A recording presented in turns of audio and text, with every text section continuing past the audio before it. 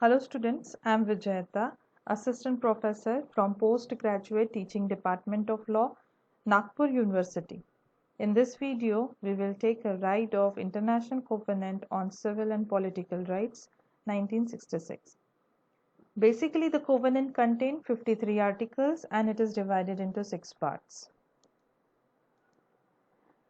The preamble of the covenant lays down the general principle for the recognition of human rights and fundamental freedom.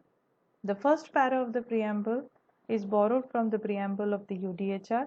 The preamble lays down that the recognition of inherent dignity and human rights of the people, which is the foundation of freedom, justice, and peace in the world community.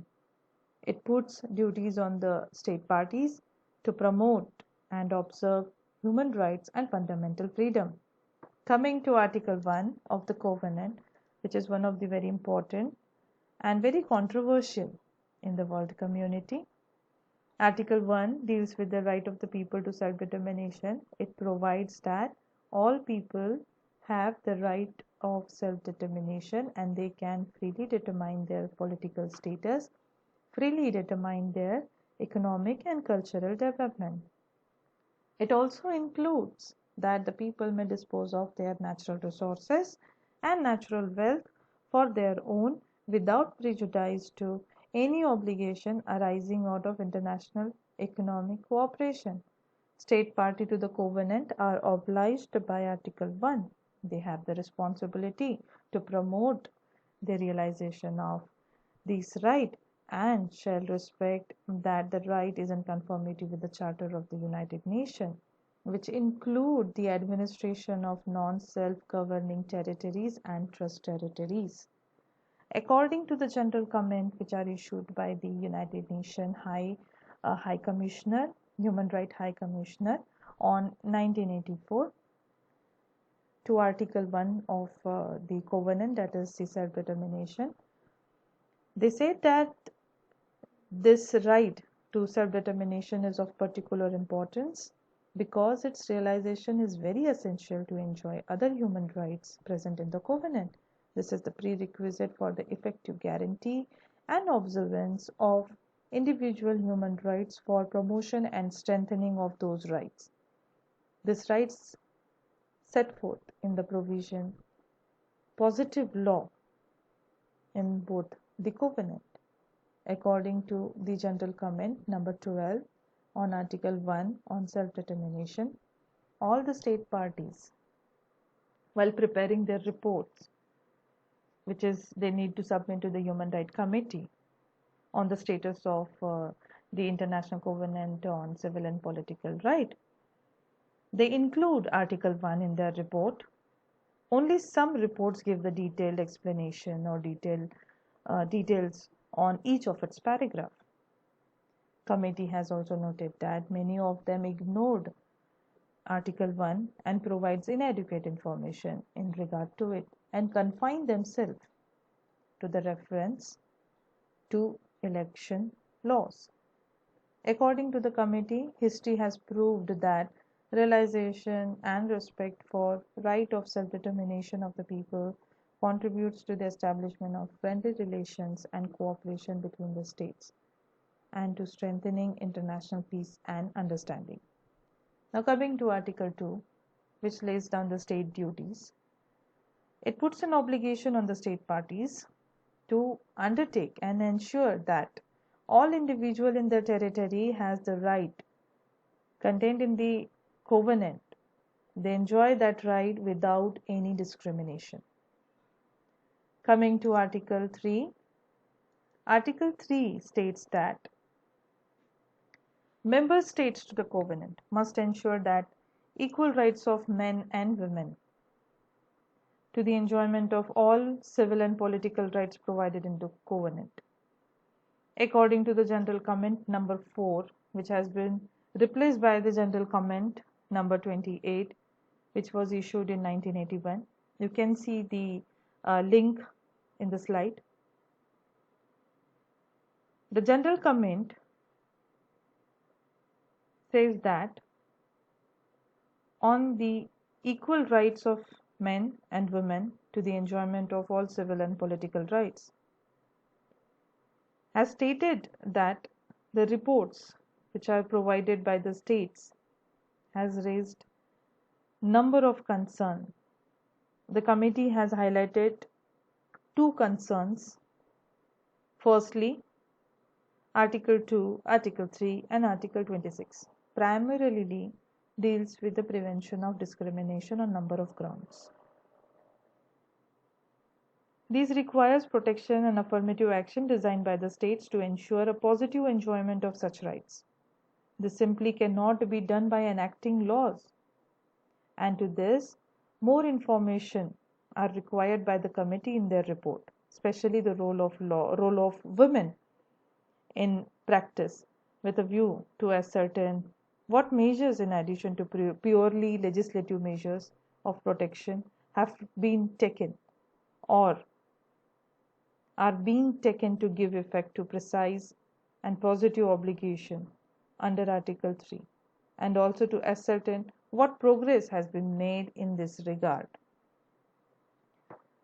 This was the first concern raised by the committee in general comment.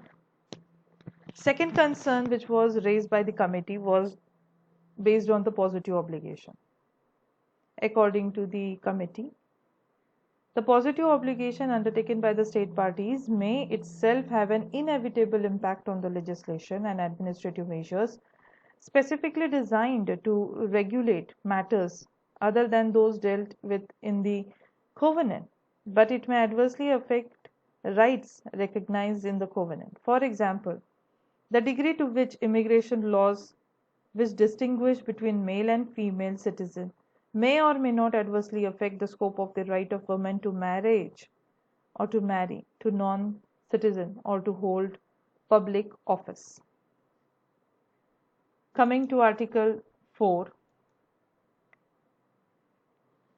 which speaks about the public emergency. Public emergency which is not at all favorable to the nation. Public emergencies are imposed when there is a threat to security of the state, either by war or external aggression or internal disturbance or armed rebellion. Under Article 4, the states are not permitted to make any derogation to certain rights like Article 6, right to life, freedom from torture or inhuman treatment or punishment, Article 7, and freedom from slavery and forced compulsory labor, prohibition of imprisonment, merely on the ground of inability to fulfill contractual obligation, non-retroactive application of criminal law, right to recognize everywhere as a person before law, right to freedom of thought, conscience, and religion.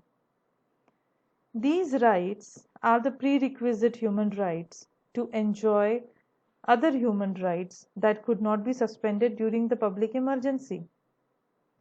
According to General Comments number 5, which was issued on 13th session 1981, the link has been provided in this slide. According to the committee, the report of the state parties generally indicate the mechanism provided in their legal system for the declaration of state emergency. However, in a case of a few states which has apparently derogated from the covenant right, it was unclear not only whether a state emergency has been officially declared, but also whether rights from which the covenant allows no derogation has in fact had not been derogated from, or further whether the other state parties have been informed of the derogation or of the reasons for the covenant. So the life of the emergency is temporary and it depends on the life of the nation concerned, and it becomes more important when the public emergency is declared by any state to protect the human rights and not to derogate that right, which is a prerequisite right for the human being. It also puts obligation on the state to inform the other state the nature and the extent of the derogation of rights they have made and the reason for such emergency to fulfill their reporting obligation mentioned under Article 40 of the Covenant, together with the relevant documents. So these are some of the broad interpretations which are given by the Human Rights High Commissioner and Human Rights Committees. The reference to above articles in the contemporary situation, especially in the COVID-19 pandemic, requires many countries worldwide to take extraordinary measures to protect the health and well-being of the population, even in the public emergency. These steps need to be based on the rule of law, according to the United Nations High Commissioner on Human Rights High Commissioner. According to the High Commissioner of Human Rights, emergency powers should be used within the parameter of international human rights law, particularly according to the International Covenant on Civil and Political Rights, which acknowledges the state may need additional powers to address exceptional situations. Such powers should be time bound and only exercised on temporary basis with the aim to restore the state of normalcy as soon as possible. The emergency declared must meet the requirement of legality, necessity. Therefore, the state parties are allowed to derogate from the civil and political rights under specific situation of emergency that threaten the life of the nation. Some safeguards must be put in place, including the respect for fundamental rights that cannot be suspended under any circumstances. The International Covenant on Economic, Social, and Cultural Right does not include a provision of derogation. The state obligation associated with the core content of the right to food, health, housing, social protection, water, sanitization, education, and an adequate standard of living remain ineffective even during the situation of emergency. Comparing with the state of India, India in the COVID-19 pandemic has declared lockdown, not emergency. India declared a lockdown with all essential services, with all the enjoyment of our human rights. So our human rights and fundamental rights were not suspended like the other countries. We'll end this slide here, and in the next video we will continue with the substantive right present in the International Covenant on Civil and Political Right. Thank you.